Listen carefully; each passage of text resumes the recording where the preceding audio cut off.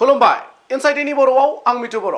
आसामनि राजथावनि गुवाहाटी दिसपुर सुपार मार्केटआव गोदानै लुफुंनाय फ्लाइअभारखौ दिवाली सानजों लोब्बा लाखिनानै आसामनि गिबि मन्त्रि डक्टर हिमन्त बिश्व शर्माया 4 नभेम्बर बिस्तिबार अदेबानि गाबोन बेखेवगोन।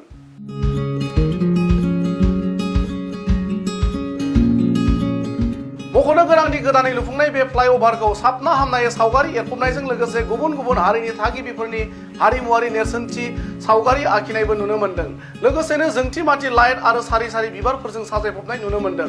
नाथाय गाबोन बेखेवनायनि उनाव बे साबना हामनायै साजायना बेखेवनाय अभारब्रिजखौ जोंनि सांग्रां नोगोरारिफोरा बेसेबां समसिम जोथोनै समायना महर होनानै लाखिनो हायो बेखौ फैबाय थानाय समासो खोन्थागोन।